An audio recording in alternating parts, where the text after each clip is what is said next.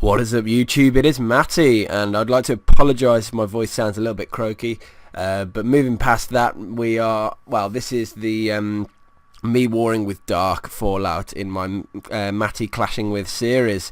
So let's have a quick look at the war that they took on, and it was unfortunately a loss by 1 point to them, which was such a disappointment for him. I know that everyone was really trying. First thing to say about Dark Fallout is they're a Channel 10 heavy clan, so you'll see that all the 10s go all the way down to 16 out of a 25-man war, so it's top heavy on the 10s.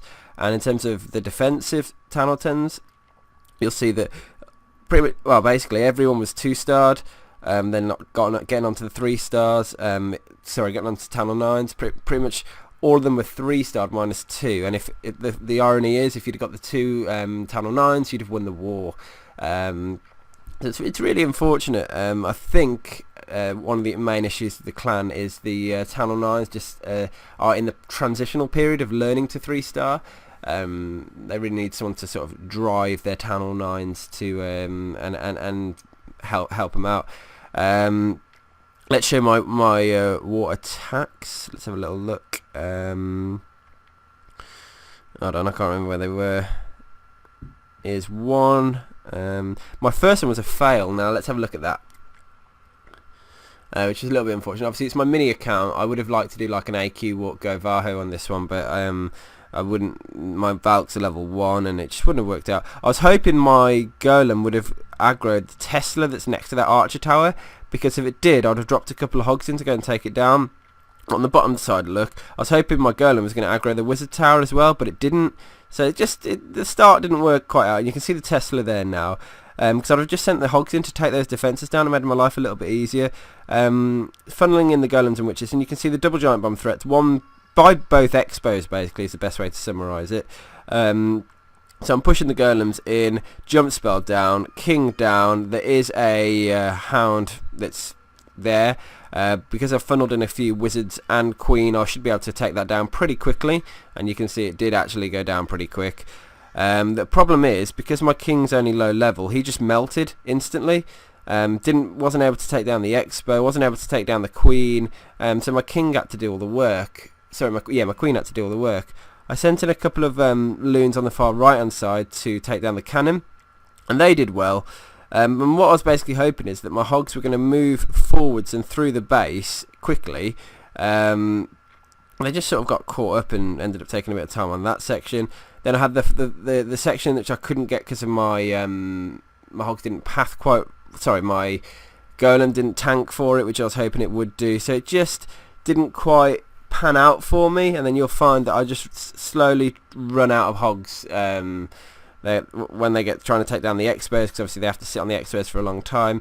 I just don't think I managed the hog drop very well at all. I think given another run at that base, I could definitely have got the 3. It's just something I should have considered. But to be honest, I was kind of rushed because I actually sent Sarah and the kids out the house so I could do an attack. I was like, okay, I've only got a few minutes window to get this done. When in fairness, I should have just waited till the kids are in bed, a bit more time, and then I maybe would have planned the hog drop a little bit better, because I think that's where I went wrong on that one, the main reason. Anyway, I did get a 3, so I took one of the Channel 9s down with me. Let's have a little look. It's almost a max defense Channel 9. But with really rubbish walls, but that didn't affect me really anyway, because I used the same amount of wall breakers and I did a max attack, so moving through the walls I didn't need to do anyway, so it's, for all intents and purposes, this could have been a max Channel 9. So if you look at the wizard towers, the expos, air defense, I believe the Teslas are as well, the cannons and some of the arch towers are Channel 8 level. Yeah, anyway, so a hound and CC. Hounds are always annoying. If you don't want to distract him by pulling them to the side and using a healer, then you've got to deal with them head on, and that's always a little bit annoying, because particularly when you've got lower level heroes. If you've got higher level heroes, things just happen quicker, and the pups don't really affect much. So you can see I'm using the king ability and the heal spell to help keep everyone alive. The queen's there as well. I was hoping the queen was going to move north, because can you see that third air defense? I wanted the queen to go and get that, but the queen went completely downwards. The Golemites did start going up, but I think I just wanted to get the hound drop down a bit sooner, and if I'd have been a little bit more patient, like an extra 10-15 seconds or something like that, I think actually I'd have been much better, because my hound would have, both hounds would have gone to the one air defense. I wouldn't have lost all that health. Yeah, and you can see the Tesla's just wrecking my loon, so I actually added an extra loon to go and reinforce that. Loon's going on the first air defense, or the only air defense that's remaining now. I had 2 loons at the back end. These 2 loons are going to be quite important, because they're going to be the ones that take down the final defences look. And I think I ended up dropping 1 loon on the arch tower and 1 loon on the 2 loons on the arch tower, look, to help take it down. That 1 loon surviving and doing the drop was key as well. So it was much closer than it needed to be, this raid. I could have had it a lot smoother, and I think if I'd have got that third air defense down a bit smoother, the whole raid would have been. So a little bit unfortunate on that, but my queen's alive. Clean up, I think I had a good 30-40 seconds left on the clock, so it wasn't close, but it was close in the amount of loons that had remaining, so a little bit too close for comfort there.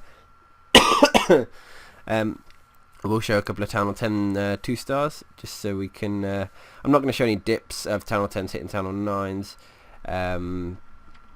because that's just a general rule I follow on in any videos, to be honest. Right, guys, we'll show the attack by Chabos and the attack by Grinch Killer, because they're the co-leaders.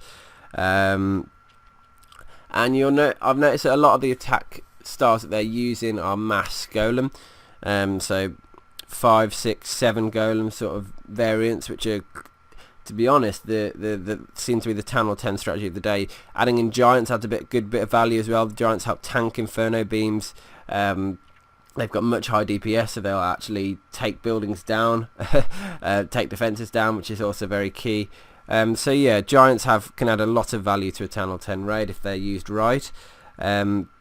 See here, breaking through nicely. The queen and the king are sort of held up a little bit by the hound, but the giants are still moving forwards. And because it's like having an extra golem or 2, but the golems can actually take buildings down. King on the town hall. Sorry about that. King on the town hall. Queen moving through now. You shouldn't have any problem whatsoever getting through. Getting through the base and getting the extra percentage he needs. So impressive attack, nice work, and yeah, it's a pretty clean 2-star. And in fact, it almost felt like it could have gone a bit further, but there were so many back end troops, so many back end defences that it was never gonna. It wasn't gonna happen, unfortunately for him on this occasion. Carry on. Was it further down where it got to Grinch Killer? Hold on. There we go. And I'll maybe show the number 1 attack as well, because hey, why not? Giant box base. Oh, these bases. Oh, it's a Larloon.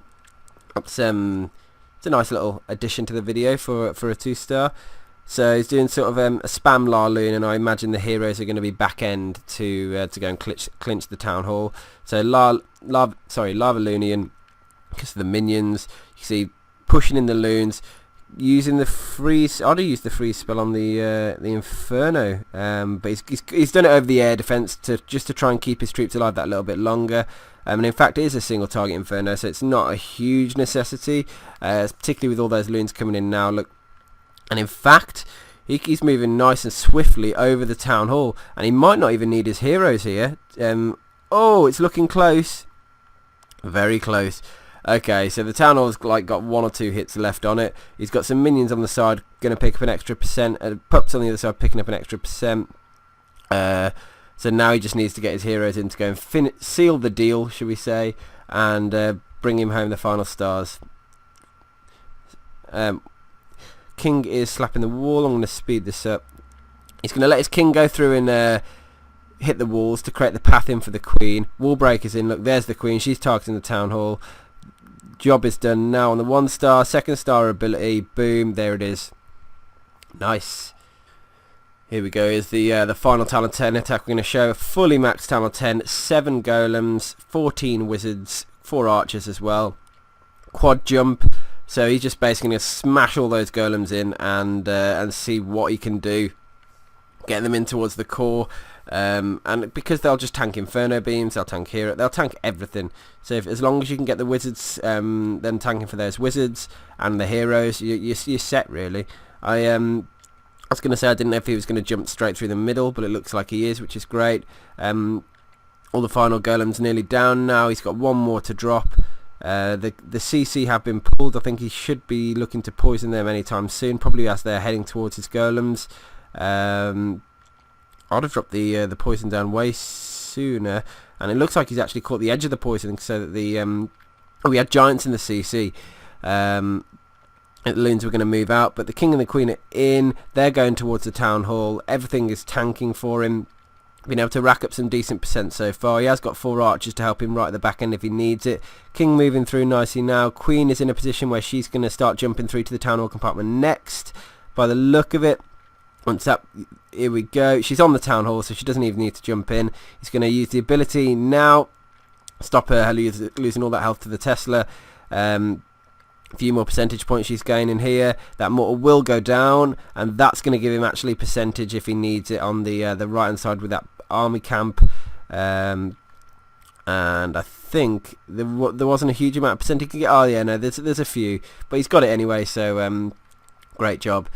Now, one of the main reasons I came to war with this clan is because it's a clan that's home to a YouTuber, Mr. Clasher. And if you don't know Mr. Clasher, he's one of the guys that I did a first collaboration with when I started, when we were both when I was like at 5,000 subs or a few thousand subs. So huge shout out to him. Go check out his channel, guys. I'll put a link to it in the description. It was a good stay at Dark Fallout. Unfortunate for them on the war in the end. I apologise. I didn't bring the 2-3 stars home, which is what I wanted to do to help the clan. And hey ho, thanks for the warm welcome, and I'll see you guys on the next one. I think the next clan I'm off to is called Yoda's Green Wang, which is we'll talk about that on the next video. So I hope you enjoyed, and I'll see you on the next one. Peace.